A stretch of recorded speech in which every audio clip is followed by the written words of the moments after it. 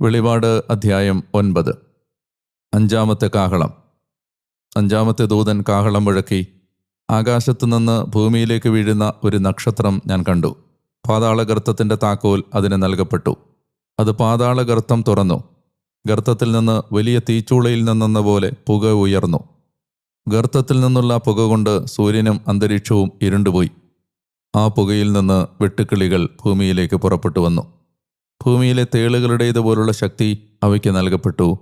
നെറ്റിയിൽ ദൈവത്തിൻ്റെ മുദ്രയില്ലാത്ത മനുഷ്യരെ അല്ലാതെ ഭൂമിയിലെ പുല്ലിനെയോ പച്ചച്ചെടികളെയോ വൃക്ഷങ്ങളെയോ ഉപദ്രവിക്കരുതെന്ന് അവയോട് നിർദ്ദേശിക്കപ്പെട്ടു. അവരെ കൊല്ലാനല്ല, 5 മാസം പീഡിപ്പിച്ച് ഞെരുക്കാനാണ് അവയ്ക്ക് അനുവാദം നൽകപ്പെട്ടത്. അവരുടെ പീഡനമാകട്ടെ തേൾ മനുഷ്യനെ കുത്തുമ്പോഴുള്ള പീഡനം പോലെയാണ്. ആ നാളുകളിൽ മനുഷ്യർ മരണത്തെ തേടും, പക്ഷേ കണ്ടെത്തുകയില്ല. അവർ മരിക്കാൻ ആഗ്രഹിക്കും, എന്നാൽ മരണം അവരിൽ നിന്ന് ഓടിയകലും.